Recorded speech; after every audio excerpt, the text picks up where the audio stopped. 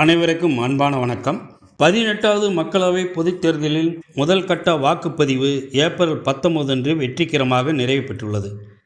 இந்நிலையில் அடுத்தடுத்த கட்டங்களுக்கான தேர்தல் பிரச்சாரம் வட மாநிலங்கள் உட்பட பல மாநிலங்களில் தீவிரமாக நடைபெற்று வருகிறது. முதல் கட்டத்திலேயே நாட்டின் அனைத்து பகுதியிலும் பாஜகவுக்கு அடி கிடைக்கும் என்பதை உணர்த்தியுள்ளது. தோல்வி மிக தீவிரமாக பாஜகவை துரத்த ஆரம்பித்திருக்கிறது. இதன் காரணமாக அடுத்த தேர்தல் நடைபெறவுள்ள மாநிலங்களில் பாஜகவின் ஒரே ஒரு பேச்சாளர் பிரதமர் நரேந்திர மோடி பதட்டத்தின் உச்சத்திலும் ஆத்திரத்தின் வார்த்தைகளும் அள்ளி கொட்டி வருகிறார். முற்றிலும் மதவெறியின் உச்சத்தில் இந்து முஸ்லிம் மக்களிடையே தீவிரமான பிளவை உருவாக்கி நாட்டில் கலவரம் ஏற்படுத்த வேண்டும் என்பது என்ற வெறியுடன் அவர் தனது பிரச்சாரத்தில் பேசியிருக்கிறார். ராஜஸ்தான் மாநிலத்தில் பன்ஸ்வாடா என்னும் இடத்தில் பிரச்சார கூட்டத்தில் உரையாற்றிய போது மன்மோகன் சிங் பிரதமராக இருந்தபோது இந்த நாட்டின் சொத்துக்களில் முதன்மை உரிமை முஸ்லிம்களுக்கு தான் உள்ளது என்று கூறினார். இதன் பொருள் என்ன?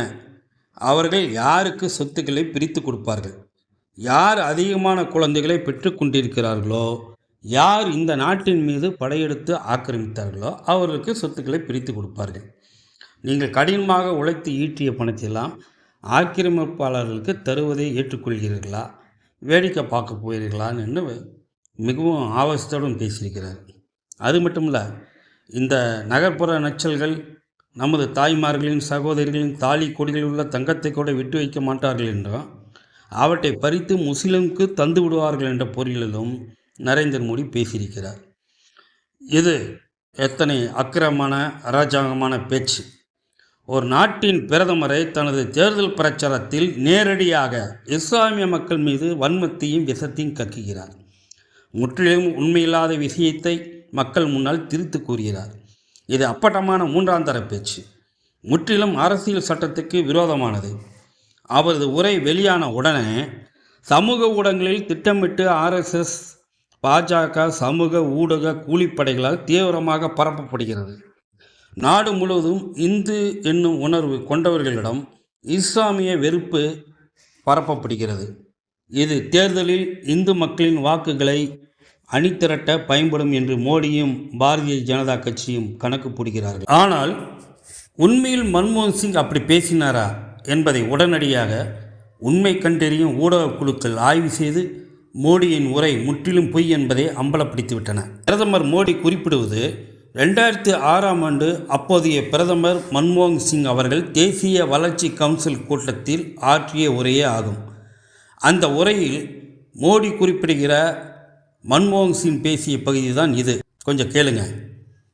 நமது கூட்டு முன்னுரிமைகள் மிக தெளிவாக உள்ளன என்று நான் நம்புகிறேன். விவசாயம், நீர் வளங்கள், கல்வி, கிராமப்புற முதலீடுகள், பொது உள்கட்டமைப்பு முதலீடுகள் ஆகியவற்றுடன் தலித், பழங்குடி, பிற்படுத்தப்பட்ட சிறுபான்மை மக்கள் மற்றும் பெண்கள், குழந்தைகளின் நலன்களே நமது முன்னுரிமை.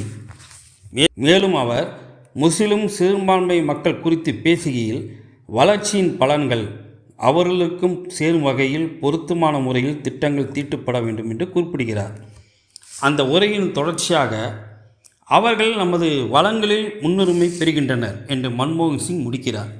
இங்கு அவர்கள் என்று மன்மோகன் சிங் குறிப்பிட்டது மேலே குறிப்பிட்ட அனைத்து தலித், பழங்குடி, பிற்படுத்தப்பட்ட சிறுபான்மை மக்கள் மற்றும் பெண்கள், குழந்தைகள் ஆகிய அனைவரும் சேர்த்துதான் என்பது மிக தெளிவாக பதிவாகியிருக்கிறது.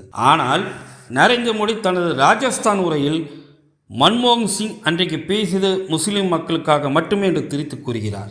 2006ஆம் ஆண்டிலே இதே குறிப்பிட்ட பேச்சு தொடர்பாக பாஜகவும் மோடியும் இதே போன்று அவதூறு கிளப்பினார்கள். அந்த சமயமே மன்மோகன் சிங் சார்பாக பிரதமர் அலுவலகம் அதற்கான விளக்கத்தையும் தெளிவாக தந்துவிட்டது. ஆனால் 18 ஆண்டுகள் கழித்து மீண்டும் அதே பிரச்சனையை, முற்றிலும் இல்லாத ஒன்றை, மன்மோகன் சிங் அவர்கள் குறிப்பிடாத ஒன்றை எழுப்பி நாட்டு மக்களை திசை திருப்பவும் தேர்தல் ஆதாயத்துக்காக மதப்பிளவை உருவாக்கவும் மோடி பயன்படுத்துகிறார். பிரதமர் என்பது நாட்டின் அனைத்து மக்களையும் ஒருங்கிணைத்து அரவணைத்து செல்ல வேண்டிய உயரிய பதவி. ஆனால் அந்த பதவிக்கு சற்றும் மரியாதை இல்லாத விதத்தில் மோடி மிகவும் கீழ்த்தரமாக பேசியுள்ளது கடும் கண்டனத்துக்குரியது. அவரை தேர்தல் தோல்வி பயம் எந்த அளவுக்கு துரத்துகிறது என்பதை இதன் மூலம் தெளிவாக புரிந்து கொள்ள முடியும். தென் மாநிலங்களில் பாஜக பலத்து அடை பெறுவது உறுதியாகியுள்ள நிலையில் வட மாநிலங்களிலும் கடும் சரிவை சந்திக்கும் என்பது தினந்தோறும் அங்கிருந்து வெளியாகும் தகவல்கள் மூலமாக தெரிய வருகிறது. குறிப்பாக ராஜஸ்தானில் பாஜகவுக்கு எதிராக மிக பெரும் அலை உருவாகி உள்ளது. ராஜஸ்தான் உட்பட மேற்கு மற்றும் வடக்கு மாநிலங்களில் ராஜபுத்திர சமூக மக்கள் உட்பட இவரிலும் ஆண்டாண்டு காலமாக மோடிக்கும் பாஜகவுக்கும் ஆதரவு அளித்து வந்த மக்கள் சமூகங்கள் தற்போது பாஜகவுக்கு எதிராக திரும்பியிருக்கிறார்கள். மோடி செல்லும் திசையெல்லாம் வாக்காளர்களிடையே பாஜக எதிர்ப்பலை, மோடி எதிர்ப்பலை பரவலாகி இருப்பதை கண்டு குமுறுகிறார், வெறிப்பிடித்தவராக மாறுகிறார். அதன் விளைவாகவே இந்தியா கூட்டணியின் மீதும் காங்கிரஸ் உள்ளிட்ட எதிர்க்கட்சிகள் மீதும் அவர் அவதூறுகளையும் வசை சொற்களையும் வாரி இறைக்கிறார். தேர்தல் பிரச்சாரத்தில் மத அரசியல் பேசக்கூடாது, மத வெறுப்பை தூண்டக்கூடாது என்பது விதிமுறையாகும்.